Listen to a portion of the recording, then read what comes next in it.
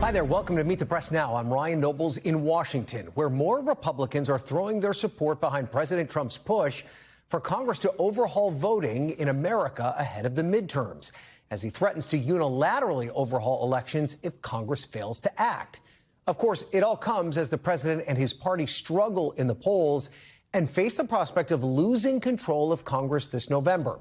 With the midterms approaching, the White House-backed Save America Act now has 50 Senate Republicans backing it after Maine Senator Susan Collins became the latest to declare her support.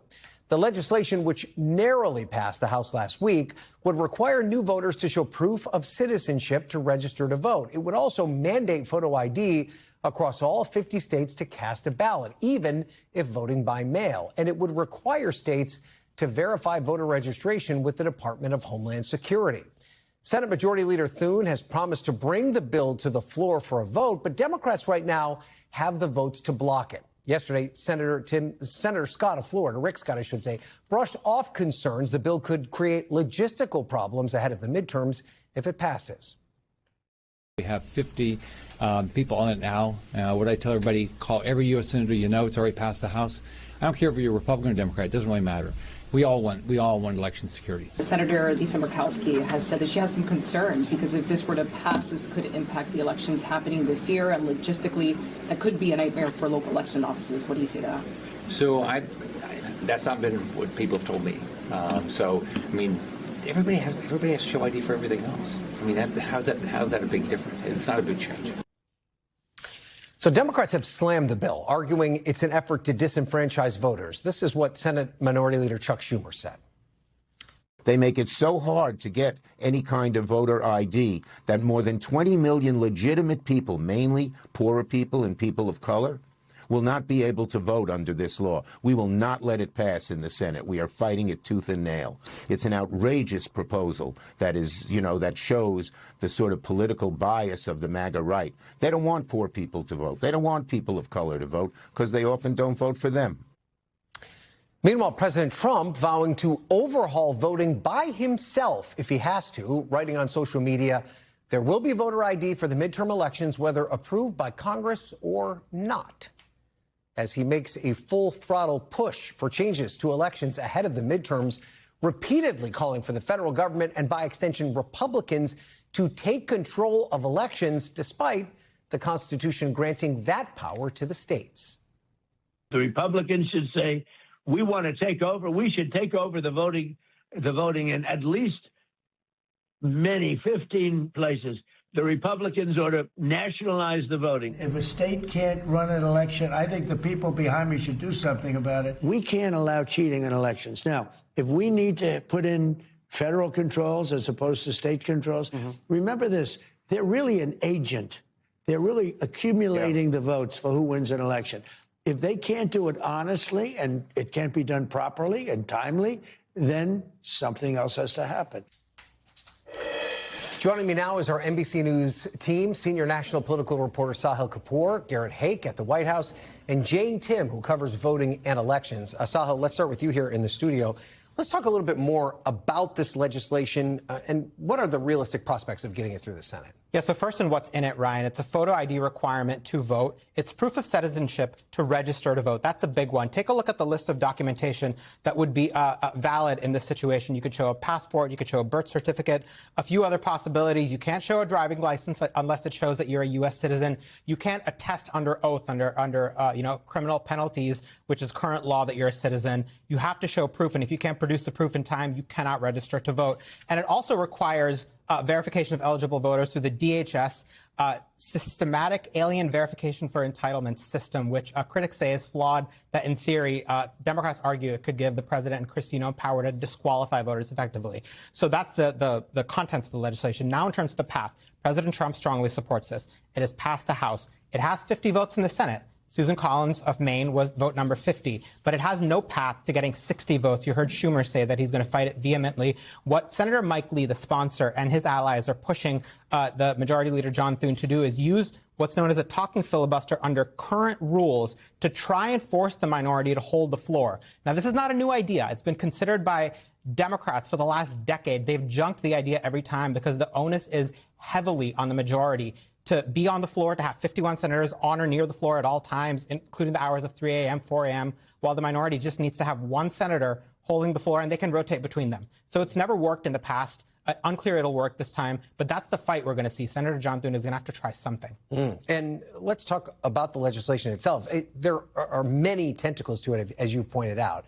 But the overall crux that Republicans are selling is that it's about requiring a voter ID, a photo ID, I should say, when you go to the ballot box. And this actually has pretty broad support across the country. About 83% of Americans say they support this concept. Is this something that could box Democrats in as a result? Partly, yes. This is the Republicans' strongest political argument for the law. So 83%, according to a Pew Research Center poll, support it. Among Democrats, 71% of self-identified Democrats support it. Even 76% of black voters say it's perfectly fine to have to show a photo identification to vote. So the Democrats' message that this is a racist law or this is Jim Crow 2.0 is not landing on that point. What's a little bit misleading about the Republican argument is that this poll only tested the voter ID. It did not test the proof of citizenship, which I'm told Democrats are going to focus on. They're going to argue it sets up a whole bunch of onerous requirements that could disqualify eligible American citizens who don't have easy access to a passport or birth certificate, including married women who recently changed their name or changed their name years ago and don't have the entire trail of documentation.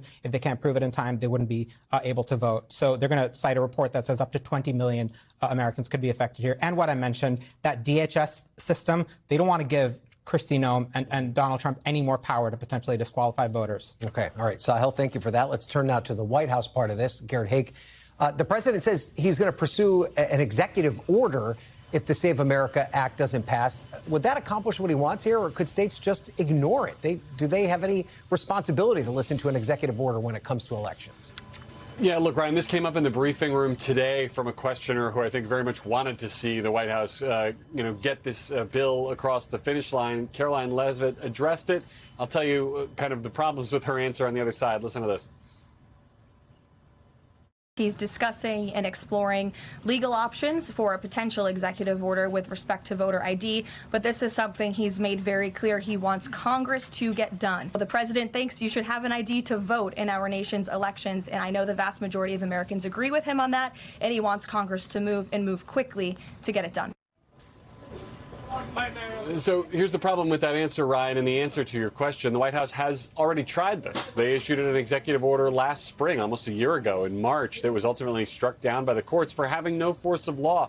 The federal government, at the end of the day, especially the president without Congress acting, has really no authority when it comes to how states and municipalities administer their elections. I think that's why you hear Caroline Leavitt say they want Congress to address this because, they can be creative with the language. They can go back to the drawing board. They can try to maybe take a smaller bite out of this. But it's been pretty established law that the president can't do this with the stroke of a pen.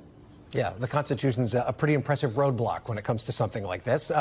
One of the things that this Save America Act doesn't do is eliminate mail-in voting. And if we go through all the long list of things that the president whines about when it comes to elections, mail-in voting is certainly near the top.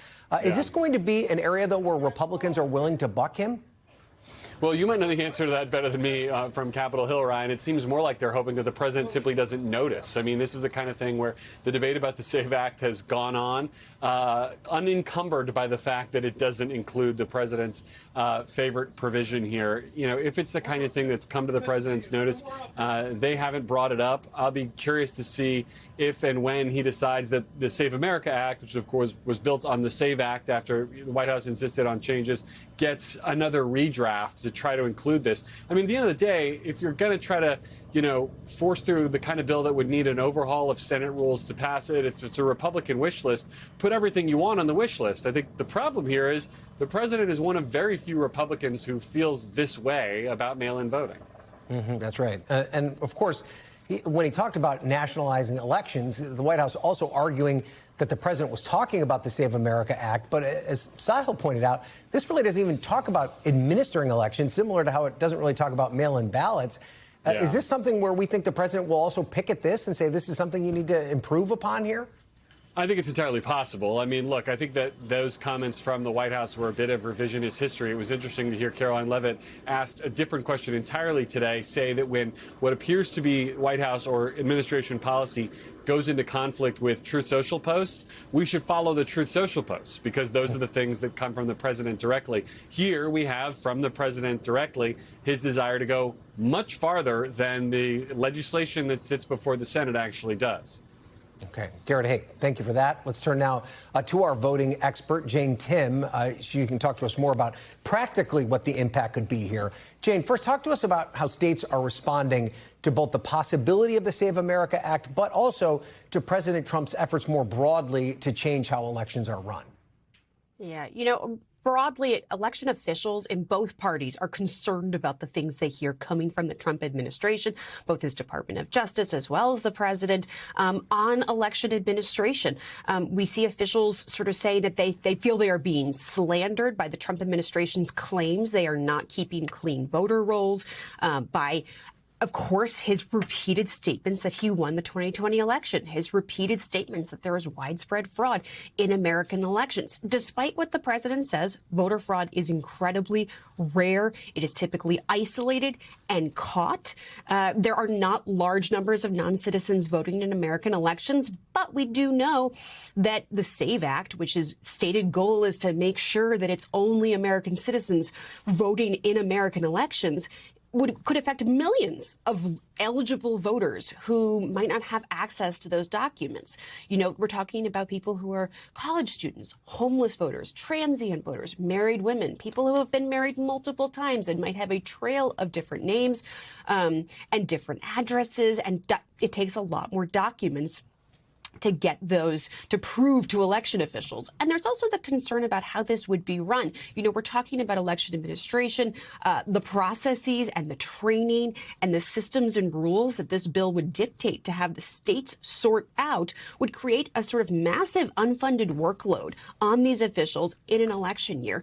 Typically we do not, as a country, want to change our election rules close to an election because we don't want election officials to have to be hurrying, potentially making mistakes in something as critical as the right to vote. If you have a massive change on this, you're definitely going to have errors, human errors that happen in an election year. And so it begs a question, right, Jane? If this isn't a problem, it almost seems in many ways a solution in search of a problem. What are the president's true motives here? And you have to wonder, we already saw him make serious claims, false claims about the 2020 election, which have been repeatedly disproven. Is there the possibility that he's laying the groundwork to do something beyond just these claims about wanting to make elections more secure? Could it lead to something like seizing voting machines down the road if he doesn't get what he wants in terms of changing the way voting is run in this country?